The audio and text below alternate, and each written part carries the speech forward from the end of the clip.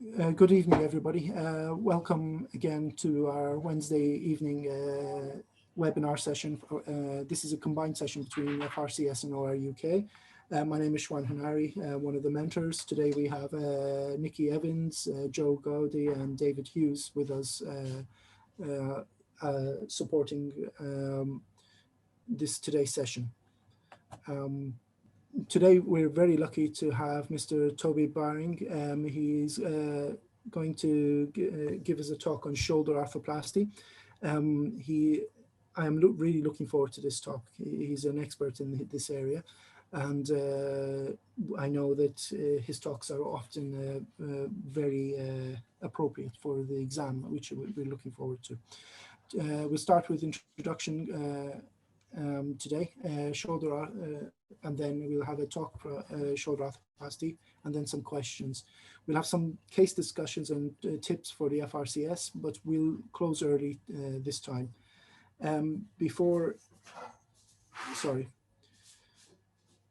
Before I continue, I just want to introduce Mr. Baring. He's qualified in Newcastle Medical School in 2000. He did his BST at Guy's Thomas and then undertook his postgraduate doctorate with Prof. Rogers in Emory at Imperial College in London. In 2006, he looked at surgery in the rotator cuff. His postgraduate training was in the Royal National Orthopaedic Hospital in North London, and he spent his fellowship in Nice in France with shoulder specialist Prof. Pascal Boileau. He's been appointed as a trauma and orthopedic consultant at Homerton University Hospital 2015, and he's the clinical director and practices shoulder and elbow surgery there. His specialist interests are shoulder arthroscopy and joint replacement and shoulder and elbow trauma. I am very sure we're going to get an excellent talk from him. I'm really looking forward to it. And without further complications, please go ahead. Thank you, Shwan, and Hannah and the rest of the faculty for asking me. Can you hear me? Yes. Great. Okay, let me just share screen. Okay. Great. Yes, we can. Yes, good evening. I'm Toby Baring. I work at the Homerton University Hospital in North East London. Shoulder arthroplasty it may feel a bit of an enigma to a lot of you because, compared to knee and hip replacements where you get exposed to them all the way through your training, I suspect some of you may not have even seen a shoulder replacement being done. And that was certainly my experience.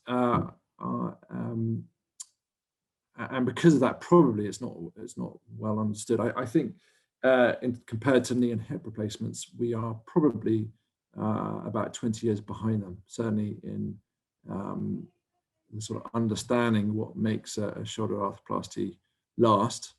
But also, I think in terms of the sort of postgraduate education. Anyway, hopefully after this, you will have a better understanding and feel more competent about dealing with a question about shoulder arthroplasty in the FRCS. Let's see. Hold on, sorry. There we go. So, shoulder arthritis, there are lots of different types. That is the sort of various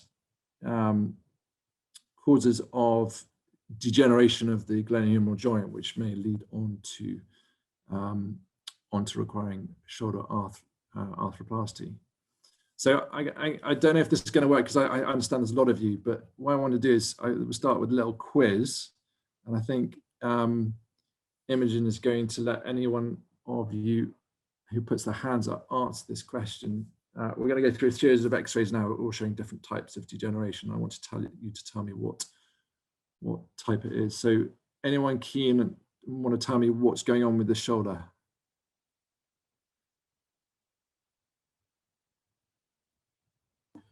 If you would kindly raise your hand in the participant section, we can then unmute you.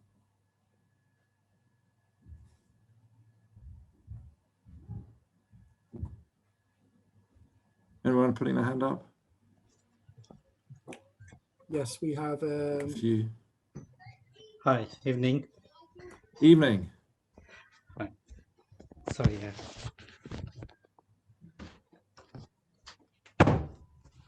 Yeah. So my name is Ajay, orthopedic registrar. I can see it's an AP radiograph of the right shoulder of the mature skeleton. I can see there is a quite a sclerotic and irregular humeral head, and it's slightly highly migrated as well. The distance between the acromion and humerus also seems to be reduced, though it seems to be it seems to be balanced. I would like to see the other view as well to check the how's the glenoid. The glenoid Okay, is so bit. so the glenoid looks pretty normal, doesn't it? Yeah. Okay, so what conditions do you know where just the humeral head is affected? It's a most likely. I think my first theory would be to AVN of the femoral head, which may to only affection of the Very good. AVN of the humeral head. Yeah. Very good. Femoral head. Yeah. Okay. There's an error on this X-ray. Do you know what it is? Right. It's a tricky question. Do you know what a Grashy view is? Yeah, Grossi. Yeah, it's I heard that, but I don't know the detail yet. Yeah, so. Okay, so a Grashy view is an AP of the glenohumeral joint, which is quite different to an AP of the shoulder. And yeah, with a Grashy view, you should see clear space between the humeral head and the glenoid, which is not the case. This is more like an AP of the shoulder. Yeah, it's overlapping. So this is incorrectly marked as a Grashy view. Anyway, that's just something probably for the MCQs if you're not done. Yeah. But very good. Well done, AJ. Thanks. Done. Okay, let's move on to the next one. What? Someone else? Someone else tell me what sort of degeneration is going on here? Mohammed Javed. Yeah. Hi, Mohammed. Hi. There is a reduced joint space between the glenohumeral joint. There is some sclerosis at the humeral side. So this could be a primary osteoarthritis. Is there anything that would go against this being primary OA? Where there aren't any osteophytes, are there? No, there is no. Okay. What about the joint space narrowing? It's fairly symmetrical, isn't it? Yes. Yeah. Thoughts? So it could be. Yeah. Nothing else comes in my mind. What condition tends to give you symmetrical loss of joint space for any joint? Not sure. Anyone else have a go?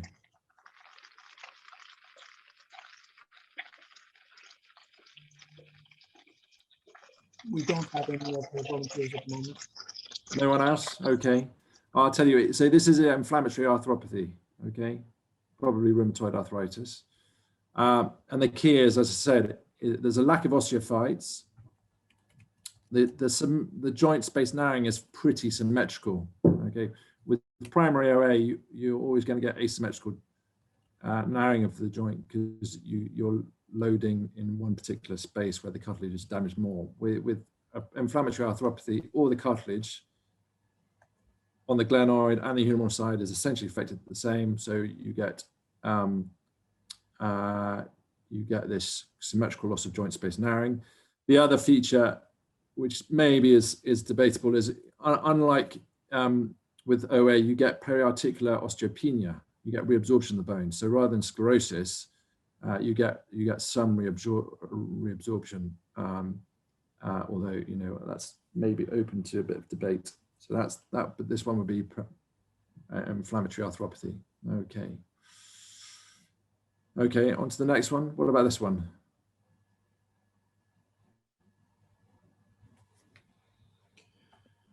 I think we've got Nishi to volunteer. So this is a AP view of the right shoulder, showing reduced joint space between the humeral head and the glenoid with a goatee beard sign. The acromial, subacromial space looks reasonably preserved, although there are shadows of loose bodies in there. I cannot comment on the ACJ from this view. So this is in line with a osteoarthritis of the right shoulder. Very good. Well done, Nisha. Yeah, as you quite rightly say. So the head is still centered on the glenoid, so we assume the cuff is okay.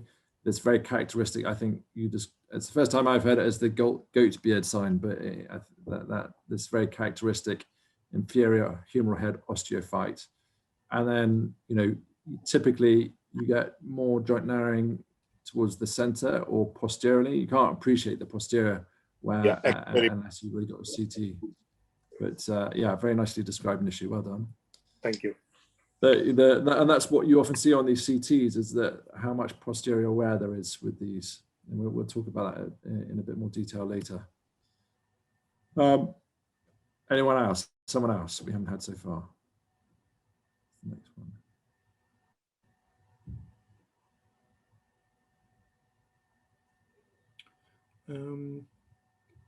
Maybe AJ, he's put his thumb up. AJ, if you want to go ahead, just raise your hand, we'll find you. Yeah, so this is the AP radiograph of the left shoulder. They're showing the malunited proximal humerus, and it's united, looks like in a quite vulgus position, and also irregular shape with the reduced joint space, and it's migrated proximally as well. So I would label as a secondary due to malunited, and possibly maybe sign of some AVN. Yes, well, very good. Well done, AJ. Yeah, so this is post-traumatic OA. There is a classification called fracture sequelae, which particularly talks about the position of the GT, because that has a big it's a very determining factor in terms of how you treat these patients if you are going to do an operation on them. Yeah. And we do see quite a lot of this. And finally, this is I think this is the last one in this series. Anyone want to have a go at this one? I would say this is quite difficult. Nisha, you volunteered. Again, this is an X-ray of the right shoulder AP view with symmetrical loss of joint space, but there is formation of osteophyte inferiorly. There's preservation of the subacromial space. So the features are in some way showing secondary degeneration. I wouldn't be sure what the primary cause is for this, but if asked to choose, I would say still this is osteoarthritis probably. Very good. The key factor here is that you see this, the glenoid has developed an osteophyte as well. Yeah. And we only really see this with post-instability OA. So if I put these up, this gives you a little bit more of an idea. So these are patients, people have had stabilization surgery, and they all develop these bone formation, sort of beaking of the glenoid. Again, you don't tend to see that so much with primary OA, but that's a tricky one. It's almost like the shoulder's sort of growing its own latitude procedure. All right, so that's the sort of introduction of arthritis and the conditions that we then may treat with arthroplasty. Oh, sorry, yes, this is the last one. Anyone want to have a go at this one?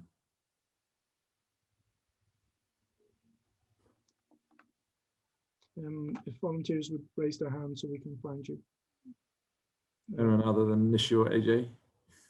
No one else wants to volunteer? No one else, okay, fine. Nishant.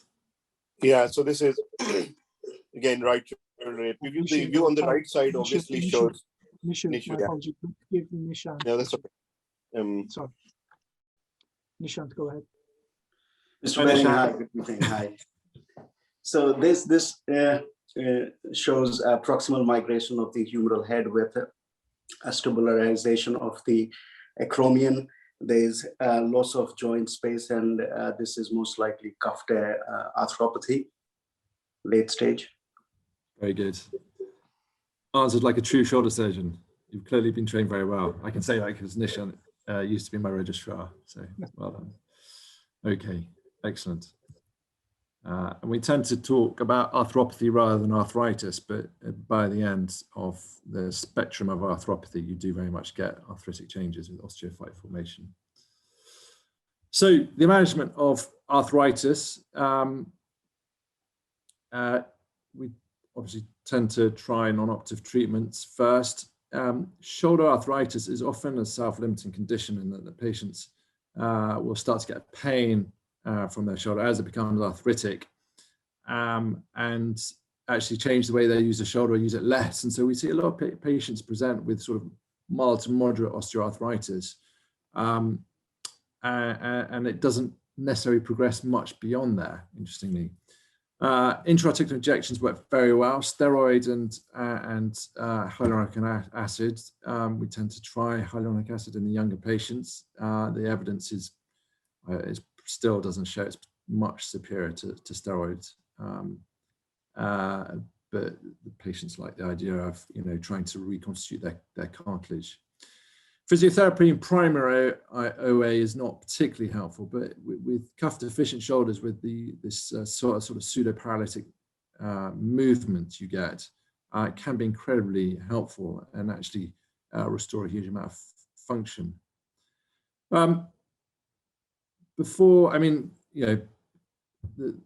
If you're talking about cuff deficiency or cuff tear arthropathy, that's a whole, and what you do about the rotator cuff in these patients, that's a whole nother talk about superior capsular reconstruction and balloons and patches, those sort of things. We're certainly not going to go into that today.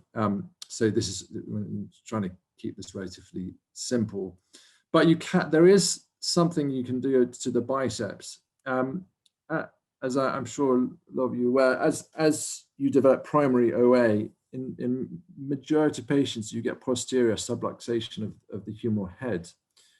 You tend to wear away the posterior glenoid more than the anterior glenoid.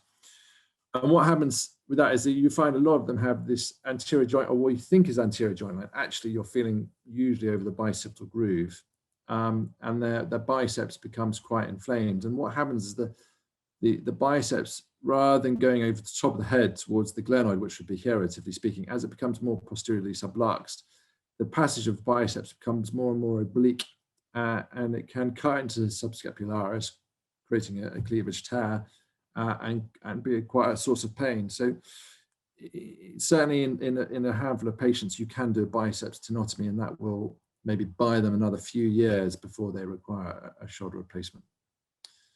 And then obviously the options after these sort of less invasive and non-operative treatments is to move on to arthroplasty. So then the question is, which prosthesis?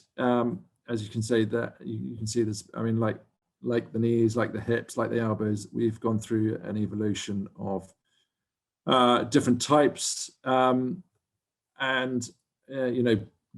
going from the nearest prosthesis in the 70s and 80s, which were non-anatomical, didn't really fit the proximal humerus at all. Then along came the anatomical in the 90s, which seemed to work much better.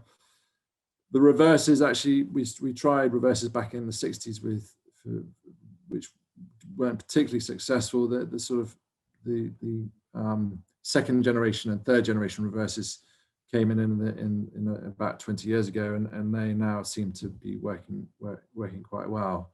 And lots of other things have been tried in between. This here came out in France about 10 years ago, and they called it the snooker ball, which is essentially a bipolar pyrocarbon ball. This is here as I call it the Stanmore special. Any of you who've worked at Stanmore may have seen this. Essentially, it's a hip acetabular cup screwed into the acromion and the glenoid. So hopefully by the end of this talk, you should understand what the indications for which type of prosthesis are best. Okay.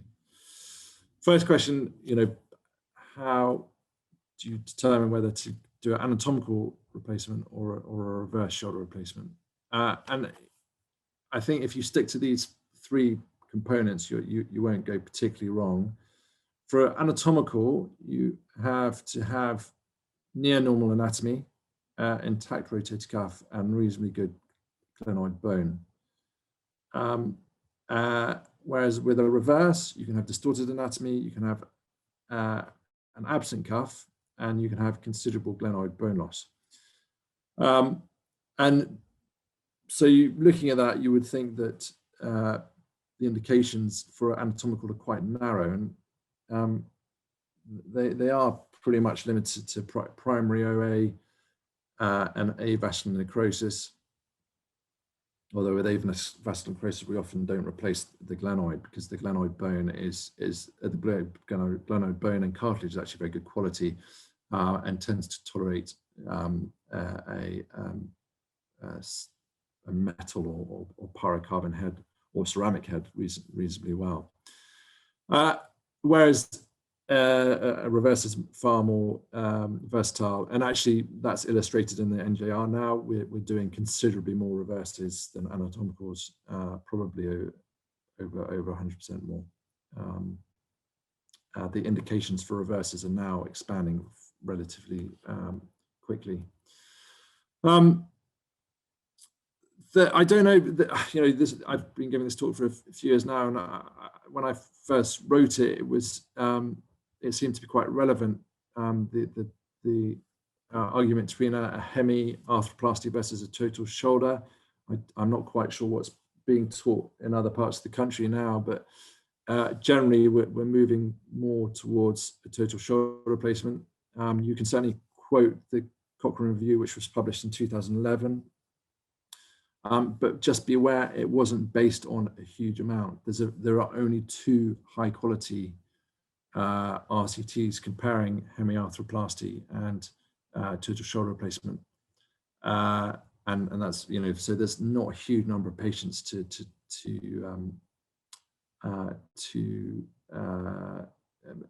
demonstrate the difference.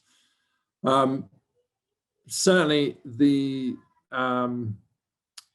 difference between the two when it comes to revision is quite considerable, and if you've put in a glenoid component and you have to revise it, you end up with a sort of hollow glenoid which you'll have to fill with bone graft.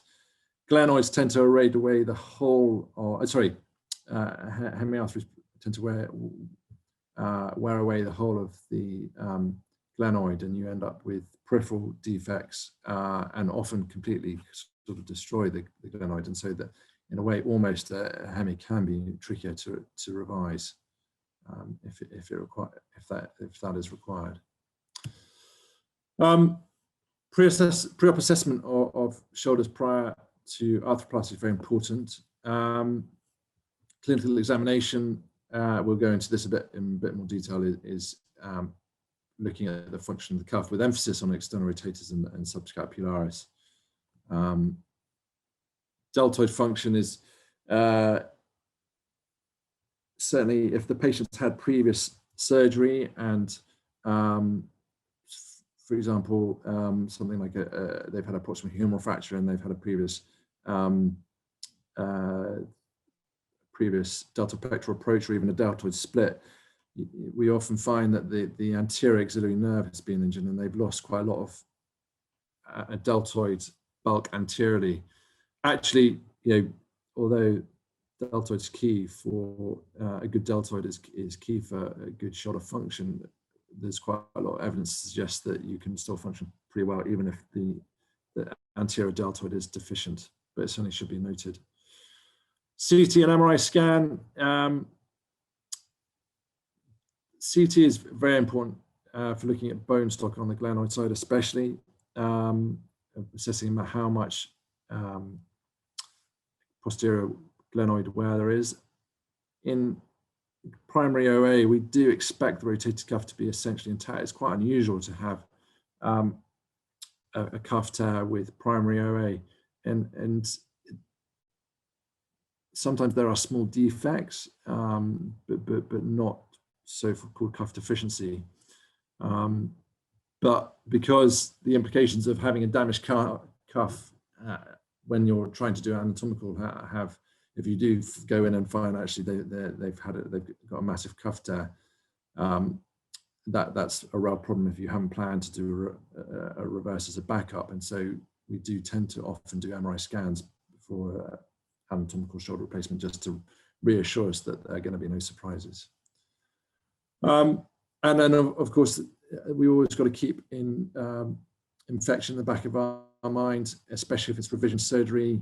I think I'm talking particularly about reverses if you have had someone who's got rotator cuff disease and they may have had 2 or 3 arthroscopic procedures prior to it, repairs of tendons, re-repairs of tendons. And so, and obviously we hate infection in arthroplasty wherever it's done in the body. So just always keep that in the back of your mind, that you may be dealing with potentially a contaminated joint. And I think that goes with also with steroid injections. I always make sure there's 6 months between the last steroid injection and me doing a joint replacement on a patient, because it does, that is one of the risk factors for arthroplasty infection. Technique, I mean, generally these days, I would say the majority of shoulder replacements are done through a deltoidal approach. It tends to give you very good access to the glenoid. And you can release the subscapularis very carefully through it. A deltopectoral approach, if you're doing it anatomical, you need to preserve the subscapularis. Deltoid splitting has been advocated previously, especially for fractures, because it gives you good access to the posterior aspect of the joint, so you can sort of pick up and manage the greater tuberosity, which tends to migrate posterior superiorly because of the pull of the calf.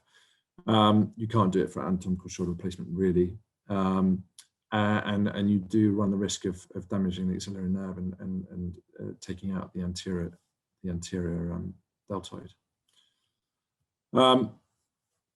If anyone has seen a shoulder replacement, you'll be aware of how challenging it can be to get adequate exposure of the glenoid. And I suppose it's just a technical point. You have to position the head and the retractors in a very specific way to allow you to get down onto the glenoid, which may be retroverted already. So if you can't get sort of perpendicular to the glenoid, you're going to find it very difficult to prepare it for your prosthesis. You may have heard about these more modern options. We now have what we call platform prosthesis. So these are prostheses that are basically interchangeable between an anatomical and a reverse. And the terminology inlay and onlay is relevant to that. So platforms tend to be onlay in the sort of the metaphyseal component sits above the shoulder, or above the metaphysis actually, whereas this is one of the more original reverses, and this is an inlay where the metaphyseal component is actually sitting within the metaphysis rather than above it. And the difference to that really is the biomechanics of the shoulder get changed. You have far more lateralization and inferiorization with the onlays. I'm not going to go into that in detail. That's really quite a complicated component of the reverses, and you certainly don't need to know about that for FRCS. But I think if you're just aware of these terminologies, that would be helpful. For a anatomical replacement, the subscapularis repair is absolutely key. If your subscapularis repair fails, then your anatomical shoulder replacement is probably going to last about 50% shorter time. and I'll go into that again in a minute. I tend to use transosseous sutures. There's lots of different ways of taking off subscap and repairing it. Some people do a less tuberosity osteotomy. But as I say, the key thing is to make sure you do a solid repair at the end. Lepiscopo now, again, this is moving more into slightly more advanced knowledge, and this is very relevant to reverses. Obviously, in the shoulder, you have essentially 4 internal rotators. You've got your subscapularis, your teres major, your pec major, and your latissimus dorsi. But you've only got 2 external rotators, which are teres minor and infraspinatus. And then with cuff arthroplasty, obviously, you can potentially lose certainly 1, if not both, the external rotators, and you end up with what's called an external rotation lag. And although the reverse will address the loss of elevation, I don't know if you can see this on the video. If you don't address the external rotators, when they lift their arm up, that their whole elbow and forearm falls forward, and that doesn't necessarily return function in terms of getting your hand to your mouth and hand to your head. So you've just got.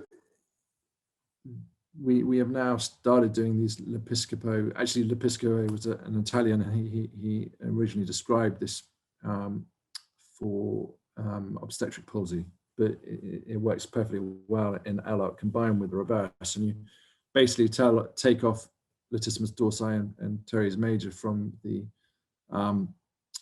bicipital groove and wrap it around the other side of the humerus, so it comes around rather than coming through the armpit and into the front of the shoulder. You basically wrap it around the back of the humeral head, and it turns it into an external rotator. So as part of your preoperative assessment prior to doing a reverse in someone with cuff tear, you must assess their external rotators and see how much external rotation they have. They often will have a lot of weakness, but they should be able to externally rotate actively. If they don't, then you may well want to consider doing this transfer. Moves on to slightly more depressing part of the talk. Why do shoulder replacements fail? Well, like any prosthesis, they can become infected. The rate of infection has been shown to be higher with reverses. That is probably because when you put in reverse, you lower the humeral head, you then create a dead space above the humeral head, which will obviously fill with hematoma, and that's probably a nidus for infection.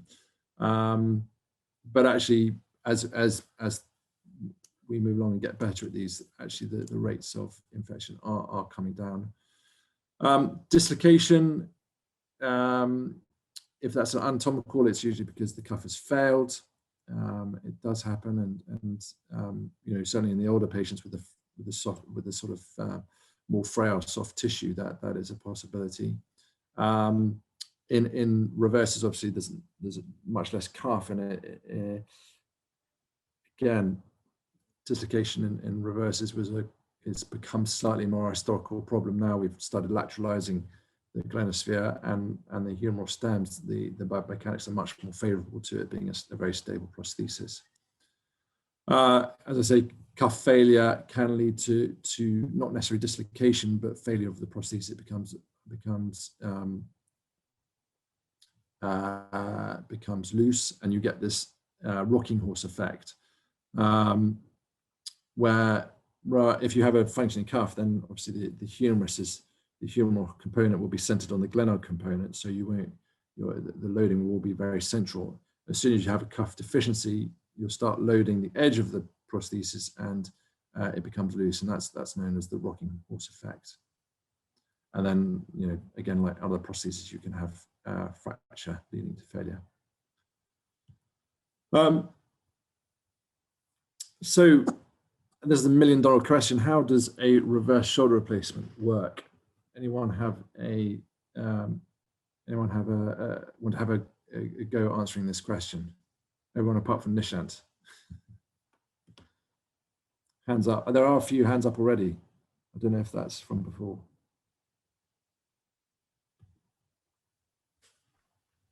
think Nishu Gupta.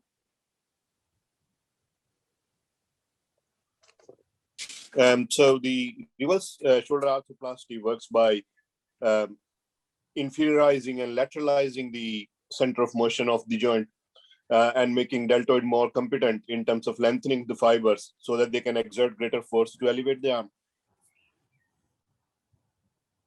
Okay. And how does that bypass the issue of not having a rotator cuff?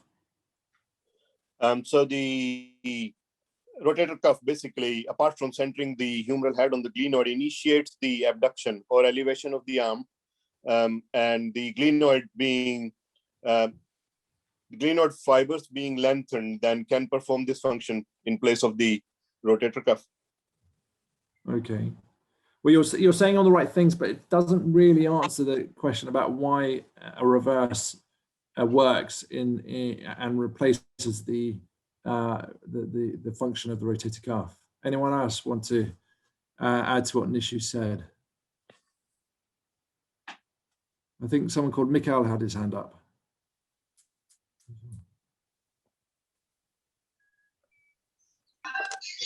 Hi.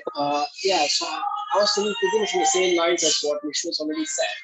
But my understanding in terms of the cup function, you don't need cup function once you've done the reverse shoulder replacement to get some form of external rotation. If you cut the subscapularis, you do get some form of external rotation to allow your hand to come up, to allow your hand to be positioned in space.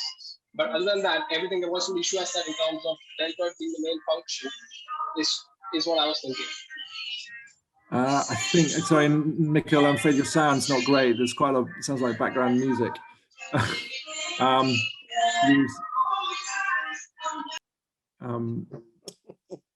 Okay. So I think you're saying the right sorts of things. I mean, actually what you're doing, it's all about providing a fulcrum, a stable fulcrum.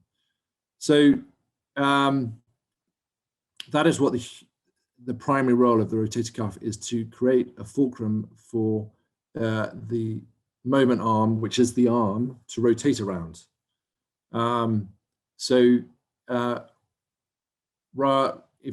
Rather than when your cuff is deficient, if your deltoid contracts, you haven't got the fixed fulcrum, so the humeral head just migrates superiorly, and that is the key to reverse, is that it's not really about changing the position of the center of rotation. It's about creating a stable fulcrum.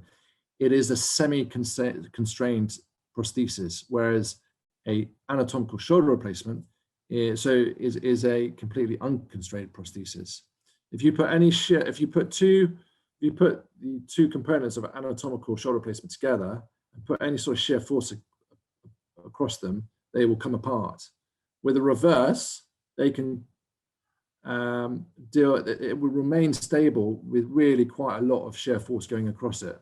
So if we go on to this slide, we're back to the Stanmore special here.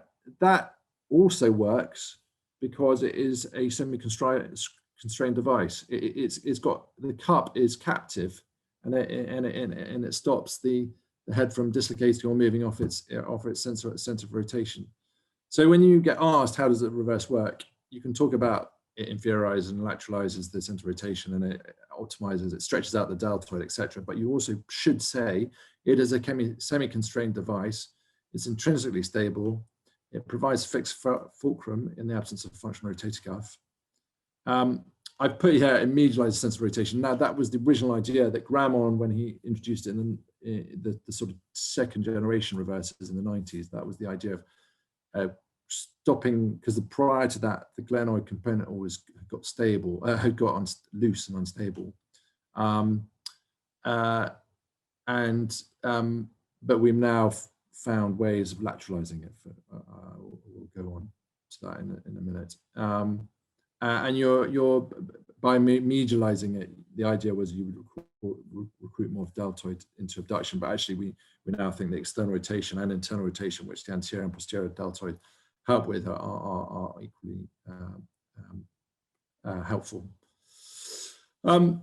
I've just seen the time. I'm going to keep going quite quickly. As I say, that the reverse Niers came up with the concept of the reverse in 1960, but because of having the center of rotation outside the glenoids, outside the bone stock, there were great shear forces pulling it through it, and the glenoid component became loose. And these were completely constrained devices. They had a completely captive cup. You couldn't actually disarticulate them. And then he went through various different types in the 1970s. Then Grammel came along in 1985 and talked about the medializing center of rotation in towards the interface between the glenosphere and the glenoid, and that made the glenoid much more stable, or much less likely to loosen, I should say. So now we're very confident with the functional outcomes from reverses. Obviously, the main indication is cuff tear arthropathy. Even if you don't have arthropathy or arthritis, if you've got a patient with a pseudoparalytic arm, they just cannot retrain their deltoid to work over a shorter excursion. You sometimes do have to do a reverse in the absence of significant arthritis. These the glenoid is very amenable to sticking structural bone graft behind it to correct glenoid deficiency. So these patients here, primary OA with massive retroversion, loads of, it's very difficult to put an anatomical shoulder replacement. You can do it, and there's now special augmented options, but it's very difficult to, it can be very difficult to do anatomical shoulder replacement in these, and actually it looks like a reverses are probably the better and more predictable outcome. Tumors around the shoulder, when you have to do large excisions of bone and tissue, again, you're going to be often removing all the rotated cuff, and so some sort of constrained device is will restore more function than trying to put a hemiarthroplasty or a sort of anatomical. And then, as I think I said earlier, that in the elderly with arthritis, when you're worried about the quality of their rotated cuff, even though it may seem intact, it may be an option to do a reverse rather than anatomical. So you do a good anatomical is going to be better than a good reverse in terms of restoring range of movement, especially on an internal rotation, which you tend to lose with a reverse. And this is a picture of someone with pseudoparalysis where they're trying to elevate their arm and all they can do is really shrug their shoulder up because they can't activate their deltoid any more than that. Problems with reverses, just going to quickly go through the complication profile of reverses. As I said, infection, probably because of the dead space superiorly. Dislocation, the Grammon reverse, which didn't medialize the center of rotation, tended to stick the humerus right underneath the acromion. You then have a vector pull of deltoid, which is more lateral and more likely to dislocate it by pulling it out and up. We've started to lateralize the glenosphere with sort of augments and bone graft. That seems to be less of a problem. Loosening of the glenoid, you've got to make sure that you don't put the glenoid pointing upwards, and certainly with rotator cuff arthropathy, you can have a lot of superior glenoid wear. And so if you don't appreciate that at surgery, then you end up pointing the glenoid up, and then you have these shear forces, and it can just push the humeral component, can actually push the glenoid out of position. Disassembly, this is more of a sort of interesting X-ray rather than key core knowledge, but because of the rotation constantly going on in the shoulder, you can unscrew prosthesis, and certainly a good humeral bone stock is very important to sort of prevent this problem occurring. And then probably, I think this is one of the most relevant problems associated with the reverse shoulder replacements now, are these acromial stress fractures, which shown to happen in about 5% of people after a reverse. And just because you're putting on deltoid so hard, usually happens between 6 months and 18 months after surgery, the acromion fails, and that's a real problem. And it's very unusual actually for a patient to regain good function after that, because you've detensioned the anterior deltoid. They, for some reason, and we don't really know, even though they tend to heal, the patient loses a lot of function and will often have persistent pain. And certainly the more recent work has shown that this is the probably elderly with a low BMI puts you in a high risk category for a stress fracture. So, you know, those little old ladies where you might consider a reverse because you're worried about their rotator cuff, actually you probably want to rethink that, because probably you may want to be better sticking with an anatomical to try and avoid this particular issue. So sorry, you slightly speeded up there at the end, but in sort of summary, exam pointers, definitely know the difference in primary OA and cuff toe arthropathy. For anatomical shoulder replacements, you've got to think you've got to have near normal anatomy, appreciate the posterior glenoid erosion, that's done with a CT scan. You want to demonstrate to your examiners that you understand that a rotator cuff has to be intact. And you know, sometimes it's very difficult to examine patients with primary OA because their shoulder's so sore. So that's probably one of the rationales for getting an MRI scan. For reverse shoulder replacements, the indications are broadening. It's being used much more now than anatomicals. Just make sure you have a good spiel in terms of describing the biomechanics when I ask how a reverse works. Having the center of rotation in the bone to prevent destabilization and loosening of the glenosphere, is a semi-constrained device providing fulcrum, and it has innate stability. And also, as we've just been through, be aware of the complications, both generic complications like infection, but complications that are specific to the prosthesis. Very good. I think that's the end of my presentation. I think we're going to go on to some polling. We've got some MCQs prepared for everyone to have a go at now. Imogen, can you run the polling? Very good. So your first question is, which of the following is not a contraindication to an anatomical shoulder replacement?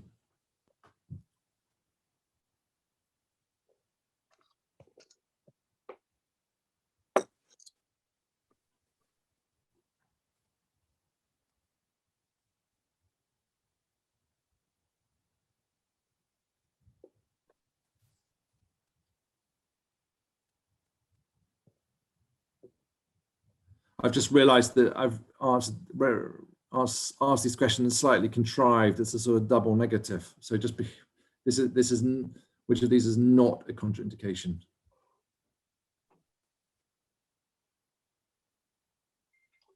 Please do answer quickly, guys, so we can move on.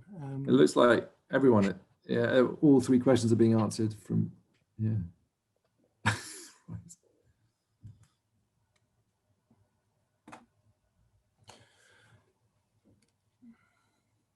The more participants that answer, the quicker we can move on.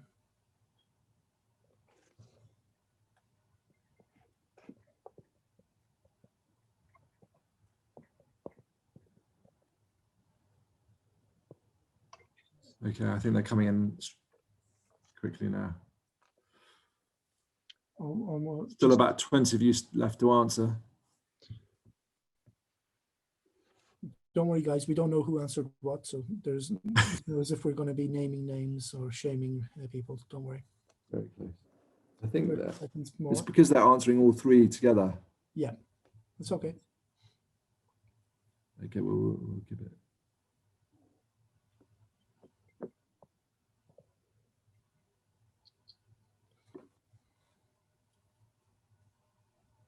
Okay, 10 seconds for anyone feeling enthusiastic.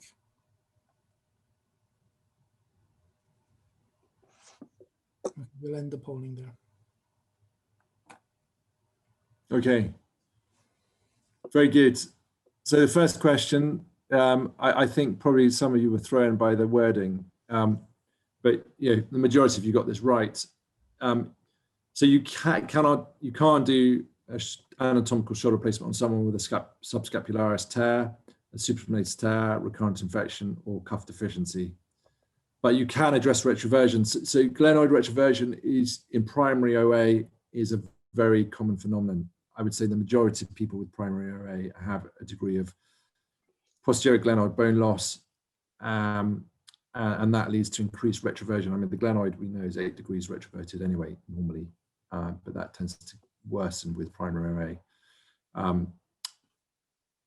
It needs to be appreciated, but as I say, we have now the ability to augment the glenoid implants to correct that retroversion. Anything up to about sometimes 20 degrees. At some point, you have so little bone stock because there's so much retroversion that you probably have to bail and do some other prosthesis like a reverse. But yeah, so well done for that. Next question, again, I've sort of asked this in a sort of a double negative way, but which of these mechanisms is not a failure for a total shoulder replacement? And you've quite rightly written, the majority of you have answered windscreen wiper effect. That's actually something to do with the biceps, which we see in cuff disease. But yes, the rocking horse effect is the failure of the rotator cuff, edge loading the glenoid component. Disassembly, the prosthesis can come apart inside the shoulder. Infection, obviously, and loosening is other causes. Finally, the Lepiscopo transfer, again, the majority of you got this right. It is a lat dorsi and teres major transfer. Okay. Great, so that's the end of the polling. Close that down. I've got some cases to go through, and anyone who wants to have go at practice vivering, I'm very happy to take them through. It will certainly 2 of them will be based entirely on my talk. So if you've been listening to the talk, you shouldn't have a problem with it at all. Mr. We've got some questions from our participants. Okay, let's do the questions. I will ask them to you. I received them through the chat. So one of the audience is asking if we just left the subscap not repaired at the end, would that give us enough external rotation rather than doing the Lepiscopo procedure? Oh, that's very good. So this is in reference to reverses rather than anatomical. Yes, reverses. No, that's a really good question. Yeah, so that there has been, certainly when I was on fellowship about, well, it's now 8 years ago, we did try very hard to repair subscapularis at the end of the reverse because we thought it actually helps reduce the rate of dislocation. But that's quite right. You're basically fighting against the external rotators. So there's now actually a move not to repair the subscapularis at all. And I now have not repaired a subscapularis with a reverse for the last, I think, 3 years. I have had no issue with instability. And you're going to maximize the function of the external rotators, which is the problem with the reverse, or the problem with the clinical outcome after the reverse. Okay, and for Mitwali asking how to reduce dislocation of a reverse shoulder arthroplasty. Yeah, well, I think I was sort of talking about that is that if you've got your acromion here and you've got your reversing underneath there, the Graham style was to medialize the humeral head and the center of rotation as much as possible to try and get the center of the rotation into the bone. But as you go more and more underneath the acromion, the deltoid is going to be pulling more and more laterally, and that's why we think the reverses sort of 20 years ago, 15 years ago were dislocated quite commonly.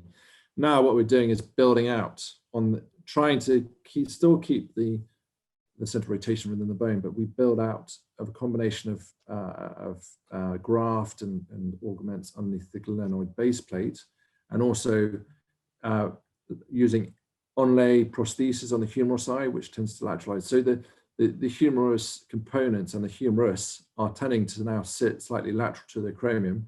So the pull of the deltoid is more medial, and that obviously increases the joint reaction forces and the stability of the prosthesis. And how to reduce notching in the by the position of the glenoid component in the reverse shoulder? Again, the other thing that's happened is that you inferiorize the glenosphere now, and by building it out, you tend to reduce the chance of the humeral component impinging on the scapula and causing notching. It still does happen. We're not too concerned about scapular notching. It doesn't seem to be a there have been some studies that indicate that the more scapular notching you get, the poorer function the reverse has, but it doesn't seem to be a cause to failure. So we're not too concerned by notching. Brilliant. And last question for now, is there any specific parameters you look on the X-ray for to make a critique of a reverse shoulder X-ray? Yes, I think that's a very good question. So the I suppose you're looking at imaging of a reverse is quite difficult to get good imaging, because you're only really going to get the scapula in 2D. CT, you get a lot of artifact, but essentially you want to make sure all the screws are in the scapula. There's no extrusion of screw ends. The glenoid ideally should be inferior, and it should be tilting down. And obviously, if you've got bone graft underneath the glenoid base plate, then you want to make sure that bone graft has incorporated and it hasn't been reabsorbed. I mean that's one of the great things about these base plate structural grafts, is they tend to heal so well.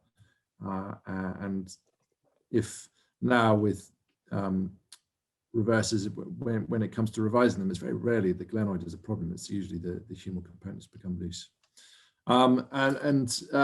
Yeah, I suppose you want to you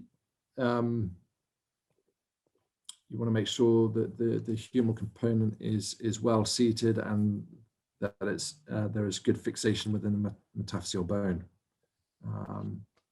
One thing, I actually just sort of going back to the previous question about inferiorizing the glenosphere.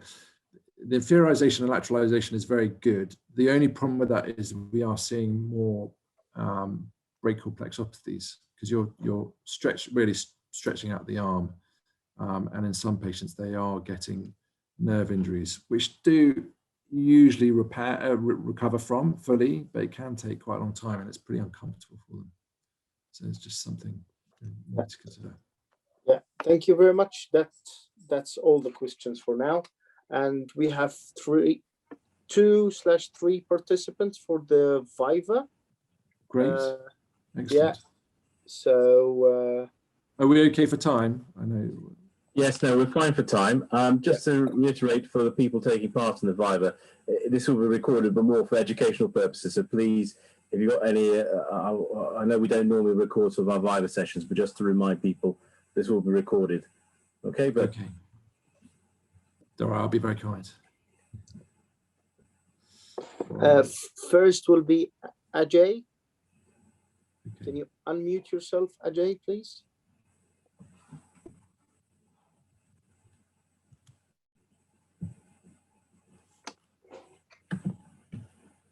Can you see my screen again?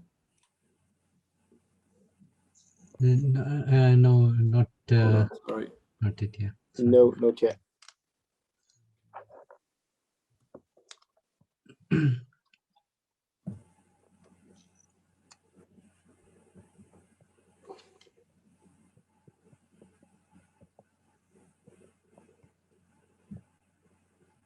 coming up now. I can see it now. Okay. Hi, AJ. Great. Just take me through the pertinent features on this X-ray. It's an AP of a shoulder. I'll give you that. What else can you see that's going on here? So it looks like a quite severe rotator cuff arthritic shoulder with the proximal migration, acetabolization of the acromion, and there is a bone on the glenoid, and it's quite proximally migrated. Also, it's quite inferior osteophyte and some cystic changes in the humeral head. And yeah, glenoid is not looking too bad in terms of a wear or osteophyte there. So Okay, so tell me how you would assess this patient if they came into your consultation room. So I'll ask the history. What is the presenting complaint, and since how long, and how they are affecting their day-to-day activities, and any handedness as well, like right or left, and what are their routine activities, whether do any job, and or also do they do any recreational or hobbies. And are there any medication, past medical history in terms of if you like to plan for surgery, then pre-anesthetic review as well. And I would like to get another view as well. And in my pre-op clinic, I'll request for a CT scan as well to assess for the bone stock on both sides. Okay, very good. Just going back to their history, is there anything in terms of their sort of day-to-day function, is there anything particularly you would ask of them about? This is they say this is a 75-year-old woman. Yeah. So I'll ask if there were day-to-day activities, like how much overhead activities and other activities they able to do or not able to do, and what are their expectations out of this consultation today. Yeah, okay. And what might you see on examining this patient? So I would like to examine by starting the inspection, looking from the front, side and back, looking the rotator cuff muscles. I presume it's proximally migrated. It seems to be prolonged or chronic condition. They will be well atrophied. I would like to check the function of the deltoid, which will determine. Also, I'd like to check the function of other muscles like trapezius and latissimus dorsi, in case want to go ahead for surgery, and check the formal assessment of the function of the rotator cuff as well, and like to check the movement in terms of how much flexion, extension, rotation, and abduction. What component of the rotator cuff would you be particularly interested in? It's the external rotation and external rotation, I would say. And how do you assess external rotation? So it's mainly infraspinatus and teres minor. So there are two ways. One is putting the arm by the side and asking them to rotate against the force. One is the Hornblower sign. Okay. Abduction and then external rotation of the shoulder. And how do those between those two? Take a Hornblower sign. Which rotator cuff muscle are you particularly assessing with the Hornblowers? For Hornblowers is the infraspinatus. Sorry, teres minor for the Hornblower sign, and the infraspinatus is for external rotation by the side of the arm, then asking for external rotation. Okay, very, very good. What are you going to offer her? Okay, so 75-year-old woman, she's got some shoulder pain, actually functions quite reasonably well preserved. What treatment are you going to offer her? So I'll ask what treatment she had until now, whether she had tried any physiotherapy, any injections, steroid or hyaluronic acid, and what effect she got with that. And if it is not much effect, then most likely she's heading to have a reverse shoulder replacement, because the on X-ray seems to be quite high reading. So I'm suspecting there will not be any rotator cuff to support for the anatomical shoulder replacement. Okay. That would be in 5 minutes. That would be 5 minutes. Okay. All right. Well, let's, because it's getting a bit late. Well, I'll stop you there. AJ, I think you did that really well. So when you're, I think when you're shown an X-ray like this and asked to explain what sort of history you take, you've got to, the sort of three components really to the history taking is you've got to elicit their symptoms and how much pain they're in. You've got to work out how much dysfunction they have, and that, you know, that's very important to ask things like hand dominance. Who's at home with them? Are they by themselves? Have they got a partner or children who help them get by? And then the third component is you're sort of, when you see an X-ray like this, you're sort of thinking, okay, I think this patient might need a shoulder replacement. And then, so then your third point is, are they a suitable candidate for surgery? Are they fit? Are they compos mentis? Do they have good cognition, and they can sort of understand the sort of implications of surgery and deal with the recovery period? So just make that very, in terms of history taking, and this applies for, you know, whether you're doing a shoulder replacement, a knee replacement, or a hip replacement. You know, just make it very clear that that's what you're trying to elicit from from the history. The other thing I think with this is that, you know, clearly this has been going on for a very long time, and always sort of make the point of asking whether they've had previous surgery, because they may have had a failed cuff repair previously. You know, that then makes you start thinking, okay, is this potentially an infected joint? You know, I would need to consider that prior to doing something like prosthesis. I think, again, you know, your examination was very good. A patient like this will, interesting, actually, will probably have quite good function. They have created a perfect acetabulum from the underside of their acromion. This is what we call a shoulder hip or a ship joint.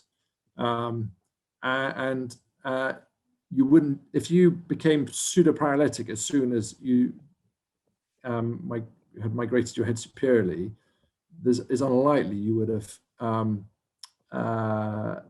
been able to do this to the acetabulum. So they've clearly, this patient's clearly retrained their deltoid and has actually probably got reasonably good elevation. And I expect they've presented now, because although they've got reasonable range of movement, they're sore because everything is arthritic and there's nothing. So, you know, just say that, you know, it may be that the patient has a pseudoparalytic range of movement, or they've maintained good function. This varies hugely between people, and it often varies depending on how good a physiotherapist they've seen as well. The other thing to mention on observation is look at their biceps. They may well she may well have ruptured her biceps, so she may have a Popeye sign, as well as the wasted rotator cuff musculature. And yeah, and make a real fuss about, you know, how you would examine external rotation. You quite rightly said it's unlikely that maybe they can't get into a position to do a hornblowers, but, you know, I would put their elbows into the side, externally rotate their hands manually, and ask them to hold it there. And often what happens, I'll show you on my video, is that they have reasonable passive range of movement, but as soon as you let go of the hand, their hand just flops around across their tummy. And that tells you that they've got really no external rotators. Very good, well done. Have we got time for one more? Yeah, we have Mitwali and then Muhammad Javid, if you want. Okay. 2 more. All right. 2 more. There you go. That's the operation they might have had. Okay. Okay, Mitwali. This is a 65-year-old retired accountant let's say a retired lawyer, and he has had primary OA of his shoulder joint for the last 5 years, which has been managed reasonably successfully with steroid injections. But he is now struggling, and the steroid injections don't seem to work. Can you just tell me how you would counsel him for having a shoulder replacement? Go through the consent process.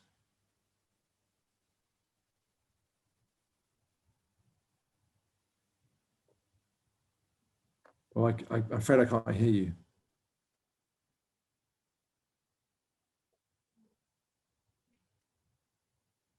Oh, we still can't hear you, unfortunately.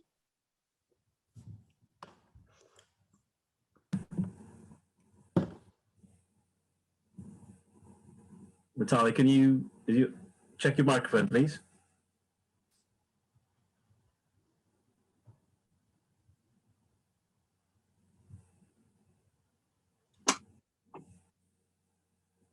No, sorry. Sorry, Good luck. Charlie. Should Is there we? anyone else who wants to? Yeah. Is it Hamid Javid, I think, volunteered as well?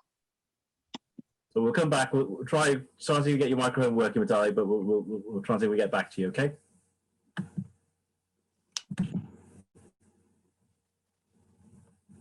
Hi. Can you hear me? Mohammed, yes, I can hear you. Yeah. Do you want me to repeat the question again, or did you hear it first time? You wanted to take a consent. Yeah, so I'd like you just to take us through the consent process for anatomical, for a shoulder replacement. Okay. I will explain to the patient that there are different treatment options, which are injections, physiotherapy, and probably that all conservative treatment has failed now. So the other option is the surgery, in which we replace the joint, and I will show him the probably a picture as well, or X-ray as well, and that it will be, we will change the head and replace them, head and the side. There are some risks involved as well. The one is the first is the infection. There will be a scar. His pain will improve, but I can't guarantee that how much range of movement he will get for that. And then there is a risk of nerve injuries, because we will be operating very near to the neurovascular bundle. The other thing is that which nerve is most likely to be injured? It's the axillary nerve. Axillary, did you say? Axillary nerve. Yeah. Okay. Yeah. Axillary nerve, and also that this may get later. This may get loose as well, and he may need another surgery as well. Okay. Any other complications you can think of? It can also dislocate as well.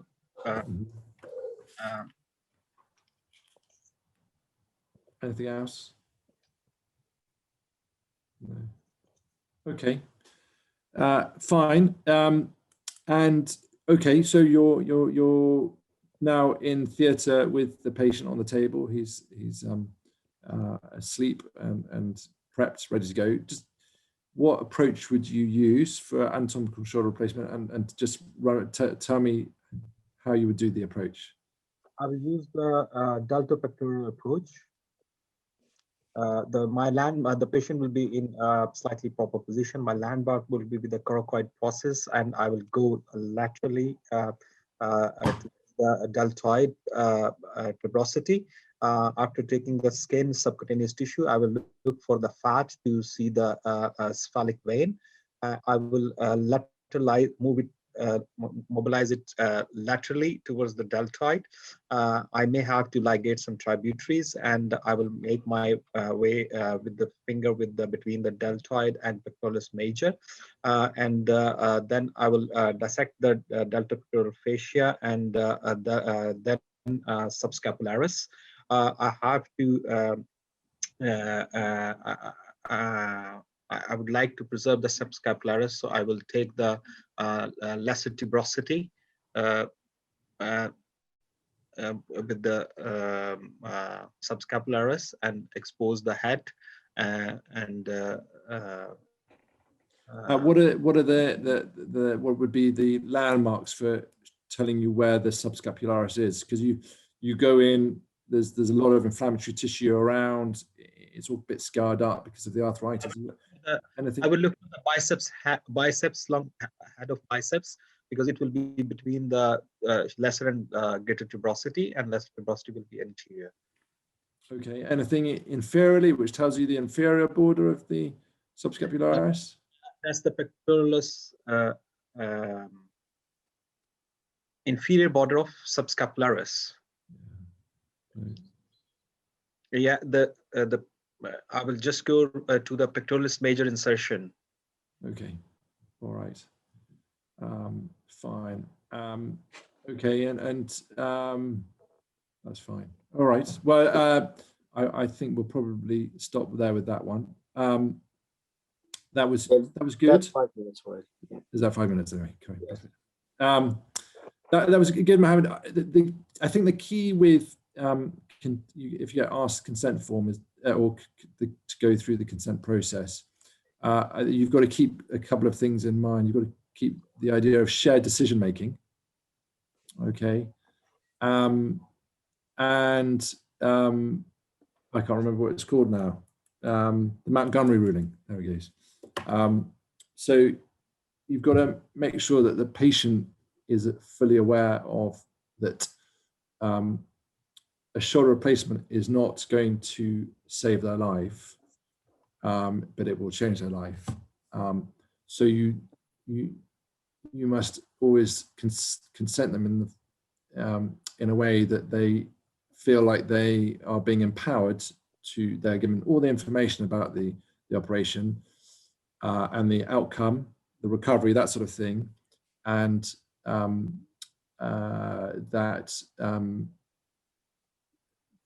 they are then able to go ahead and make a decision based on that information.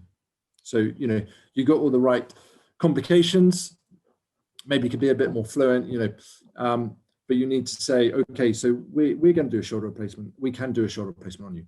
If you don't have a shoulder replacement, you're probably going to continue to get pain and loss of function, which might get worse over a period of time. We can continue to manage that as best we can with a combination of oral analgesia, injections, and possibly physiotherapy. But with a shoulder replacement, you will come into hospital, it will be inpatient care, you will stay in hospital for 2 or 3 days. Afterwards, your arm will be in a sling. It will take you 6 months. It will take you 6 weeks to regain reasonable day-to-day function. Your shoulder will continue to improve for up to a year. 90% of patients who have this operation are very happy with the outcome. The other 10% either have a problem which is amenable. Maybe between 2 and 4% of patients who have this operation are probably no better or slightly worse than they were before the operation. That way, you have demonstrated to the examiner that you you've been through that modern consent process. So and again, these are generic skills. They apply to consenting for any operation, and you don't have to. The examiner's not going to pick you up on not being exact on this timeline, but you just need to go through not just reading out the complications, which is what we used to do, but you need to paint them the whole picture of what the process of coming into hospital to have the operation is in the recovery period. The delta pectoral approach, very good. Yeah, the skin incision centered on the coracoid. You quite rightly identified the cephalic vein and retracted it laterally.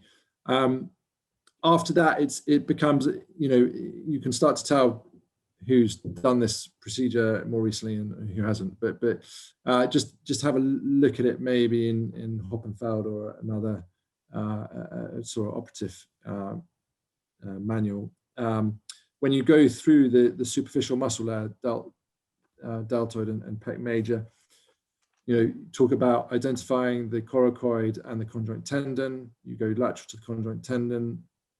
You want to get a retractor underneath the conjoint tendon. That actually protects the brachial plexus. Actually, if you retract, if you retract over the conjoint tendon, you tend to stretch out the brachial plexus a bit. You would, say you can also add components like I will put stay stitches in subscapularis before I release it, so I don't lose it into the under the conjoint tendon. And you, as you said, you use the bicipital groove is the most important landmark when you're doing the approach to the shoulder, because that it's very easy to find because you see pec major inserting just lateral to it. The inferior border of subscapularis, have you heard of the three sisters?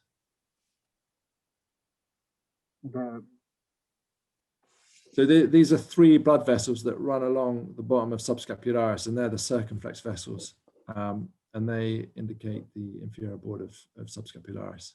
And they usually, you need to tie them off or diathermy them before you divide them, otherwise they bleed a lot. So yeah, I would just have a little bit more. Try, when you ask an operative technique, always try and describe it as though you've done it lots of times in practice. In the heat of the exam situation, it's more difficult, but there's sort of little bits you can add which sort of customize, personalize it. Very good. Well done. Okay. I think, is that it? Are we going to? Yeah, we have one more. Do you have one more, Viva, or that's it? I do. I have one more. It's not about shoulder replacements. It is upper limb though. That's fine. Yeah. More the merrier. Yep. Yeah, we have Nishu Gupta. Nishu. Oh, very good. Okay. I bet you'll cope with this fine. There you go. Nishu, tell me what you can see on this photo. So this is a clinical photograph showing patient's left arm, which is showing ecchymosis on the medial aspect of the elbow with a muscle bulge in the superior aspect, probably showing a reverse Popeye sign. Very good. Okay, so this is a 35-year-old plumber who was trying to stop a heavy object which was falling off the table. What would you like to ask him about in the history? So the mode of injury, as you said, he was a mechanism. Sorry, say again, he was. Oh, Nishu, I'm afraid your audio is breaking up, or is from my end. Sorry, I was just want to ask him what his hand dominance is, and I then would explain to him that the most, and then examine him and confirm the diagnosis of a distal bicep tendon rupture by performing the hook test. Okay, all right. What are you going to? How are you going to counsel him for the treatment going forward? So I'd explain to him that the options going forward are to do nothing and do some physiotherapy and let it heal by itself, or their option is to treat it by an operation. The conservative treatment is likely to lead to loss of about 30% of the bicep strength, maybe more. Whereas in the operative option, can you expand a bit on loss of bicep function? What do you mean by that? So the main functions of the biceps is it is a strong supinator of the forearm, inflection of the forearm, and so that's the main function lost. So the flexion strength is lost to a lesser extent, but the supination strength is largely lost if we treat it conservatively, because the tendon will not heal in the anatomical position. Whereas the function is more likely to recover with an operation where we attach the tendon through a drill hole in the radius, at its at the bicipital tuberosity. The risks of the operation are again like any other operation, infection, mainly largely, but there's lots of nerves that travel around here, and the lateral cutaneous nerve of the forearm. Excellent. Very good. Yeah, is at risk here, and I think at least 10% of the patients get that, but it recovers later on. In my book, it's more. Which other nerve is at risk?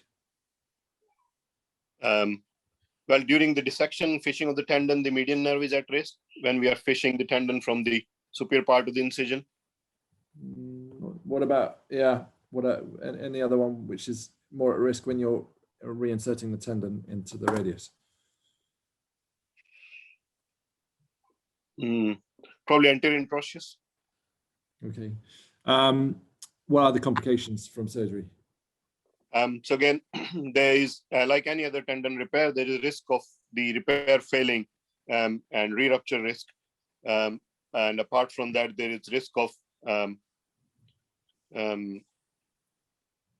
there's risk of stiffness or reduction in the loss of function and not able to getting the full strength.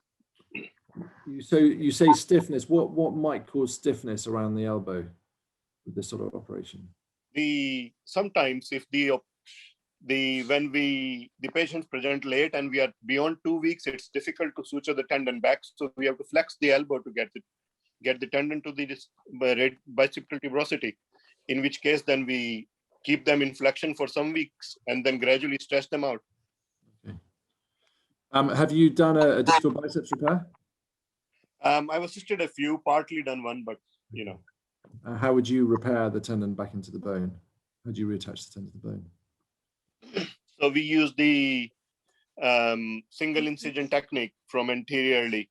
We supinate the forearm fully and then make a hole, 2 different diameter holes, and then pass the endo button and flip it, which then, That's 5 minutes. Brilliant. Yeah, you did that very well, Nishu. Well done. Yeah, I mean, the quite rightly. So I gave you the information about his occupation. You asked straight away about hand dominance. The key, you said biceps function will be reduced. Actually, you don't tend to lose very much flexion strength at all because brachialis compensates, and you've got the other part.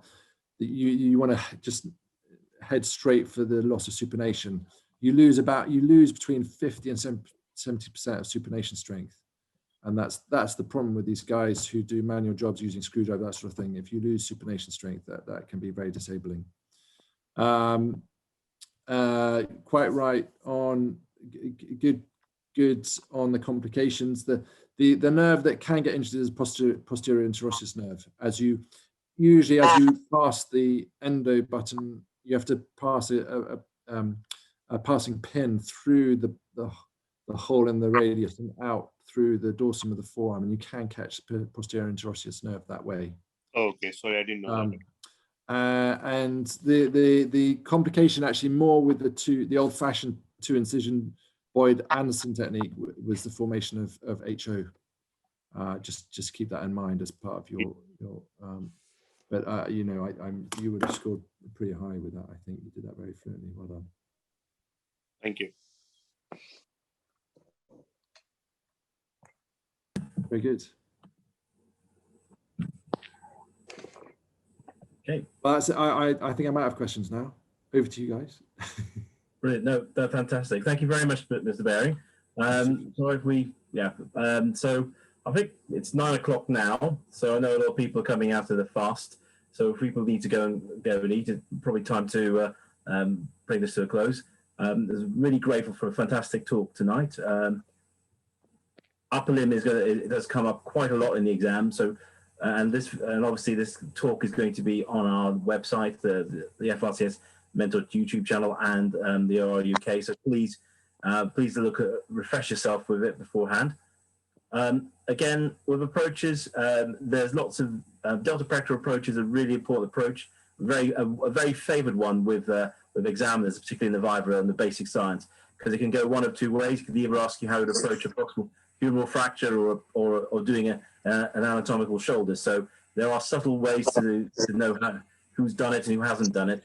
And there's certainly videos out. If you haven't seen it, I appreciate sometimes it's difficult to go and see it if you haven't had a chance to do an upper limb job. There are fantastic talks on YouTube of how to do all sorts of different approaches. So I know reading Hoppenfeld is one way of doing it, but if you have a very visual brain, it's always good to have a look and see how someone's done it online. And I know Mr. Van Rensburg, who's talked for us before, has got a fantastic video on YouTube for it. So I highly recommend having a look at those. Again, I say thank you very much for everyone coming today. I appreciate for a lot of people results day as well. So fingers crossed people had a good were successful. Otherwise, we're here to support you and get you through this. So don't worry. Okay. So without further ado, I'll sort of say goodbye and wish everyone a good night. All right. Okay.